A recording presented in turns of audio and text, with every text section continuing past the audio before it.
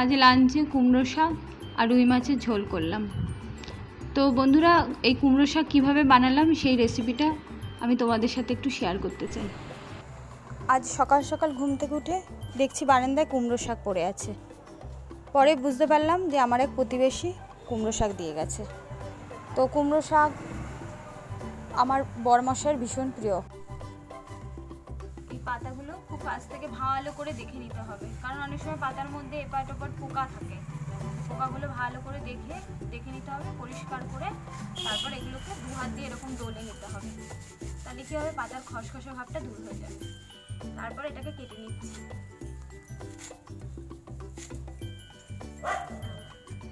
আমার কাটা হয়ে গেছে, সবগুলো নেব না, বড় বড় পাতাগুলো আর নেব না, ও হয়ে গেছে।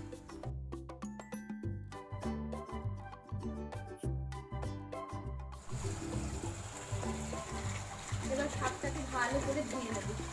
ধুয়ে আমি 2-3 বার জলে এবার ধুয়ে নিয়েছি। এবার এটাকে ছেঁকে নিচ্ছি।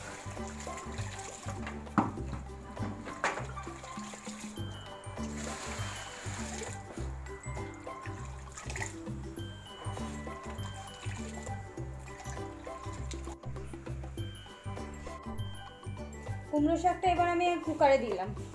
কুকারে দিয়ে কুমড়ো শাক দিলাম আর 1 চামচ নুন দিয়ে দিলাম। আর আমি দিয়ে দেবো নিচে ওই ছোট্ট গ্লাসের হাফ গ্লাসের মতো জল দিয়ে দিচ্ছি, নাহলে নিচটা তো পোড়া লেগে যেতে পারে।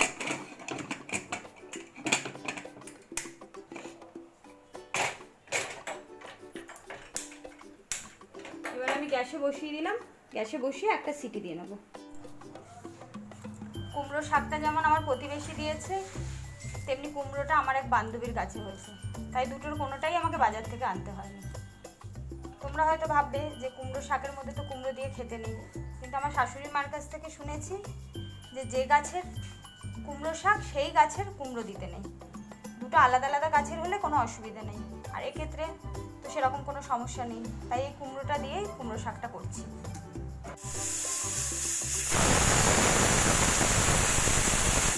একটা সিটি পড়ে গেল, এবার আমি গ্যাসটা বন্ধ করে দেবো। কুকারটা সিটি পড়ার পরে এবার নামিয়ে রাখলাম।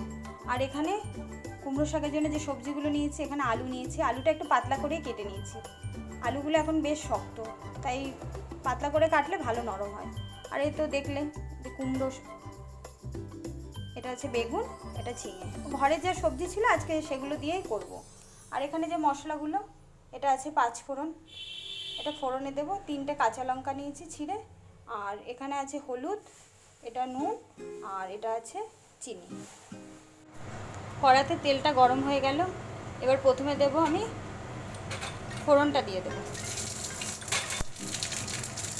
ফোড়নটা দেওয়ার পরে আমি এতে দিয়ে দেবো আলু।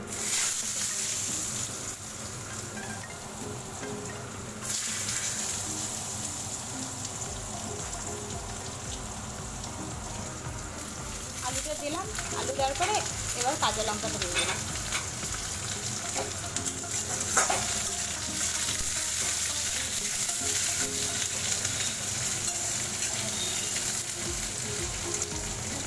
একটু নাড়াচাড়ি করলাম।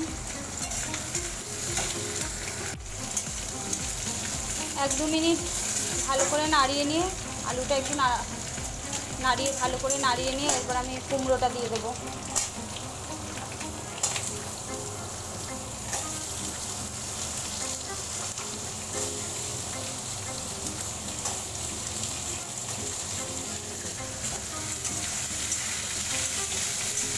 কুমড়ো আর আলুটা ভালো করে মিলিয়ে নেব।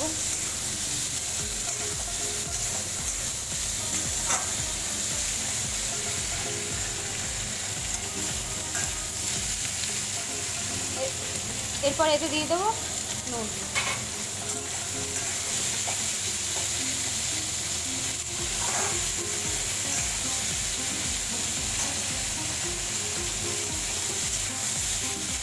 নুনটা ভালো করে একটু মিলিয়ে নিলাম। এবার দিয়ে দেবো হলুদ।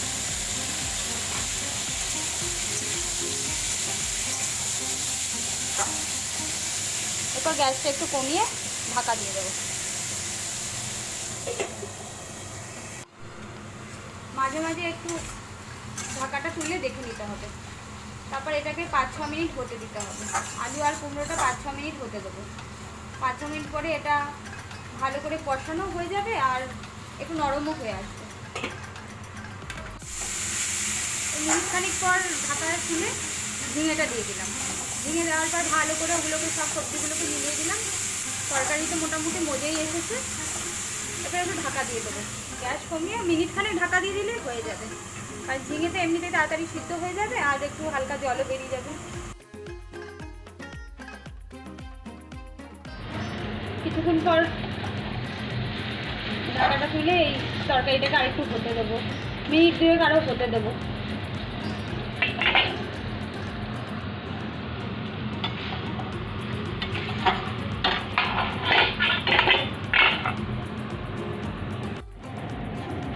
এবার মোটামুটি সব সবজিগুলো হয়ে গেছে। এবার কুকারে যে সিদ্ধ করে রাখা শাকটা ছিল সেটা আমি দিয়ে দিচ্ছি।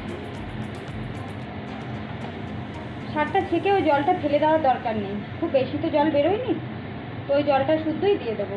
আর কুমড়ো শাক বেশি শুকনো শুকনো হলে তো ভালো লাগবে না। এবার শাকটা দিয়ে ভালো করে মিলিয়ে দেবো। ভালো করে মিলিয়ে নেবো।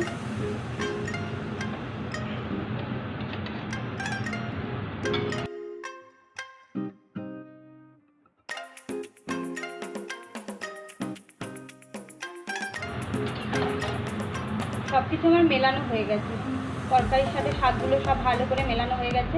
এবার আর গ্যাসটা কমানোর দরকার নেই, কারণ কুমড়ো শাকটা তো পুরোটা সিদ্ধ করাই ছিল। ইতিমধ্যে নুনটা একটু দেখে নিলে ভালো হয়। এখানে তো আমার ক্ষেত্রে নুনটা তো ঠিকই আছে, তাই নুন দেওয়ার প্রয়োজন নেই। এবার আমার রান্নাটা শেষের মুখে। এবার আমি একটু চিনি দিয়ে দেবো। আমি এখানে 2 চামচের মতো চিনি দিয়েছি।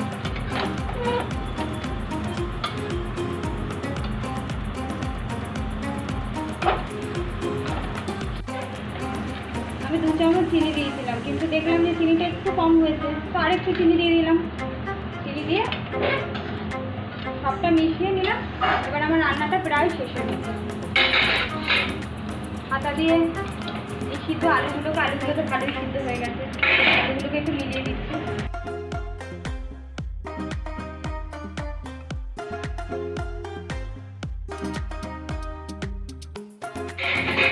এবার হয়ে গেছে আমার রান্নাটা পুরো কমপ্লিট। একটু ঢেকে দেবো, গ্যাস বন্ধ করে দেবো। এবার 2-4 মিনিট এটাকে ঢেকে দেবো।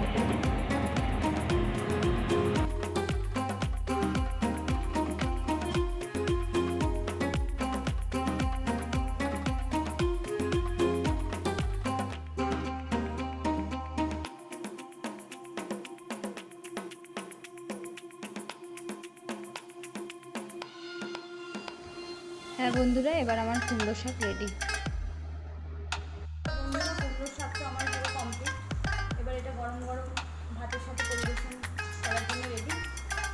তো তোমরা অনেক ধরনের কুমড়ো শাক খেয়েছো, অনেক জায়গায় রান্না দেখেছো, তবে এই আমার রান্নাটা ভীষণ সুস্বাদু এবং সুস্বাদু। তো তোমাদের যদি এই পদ্ধতিটা ভালো লেগে থাকে, তোমাদের কাছে অনুরোধ তোমরা এইভাবে একবার করে দেখো। আশা করি খুব ভালো লাগবে। আর আমার ভিডিওগুলো যদি ভালো লাগে তাহলে প্লিজ লাইক দিও, সাবস্ক্রাইব করো এবং শেয়ার করো। Thank you.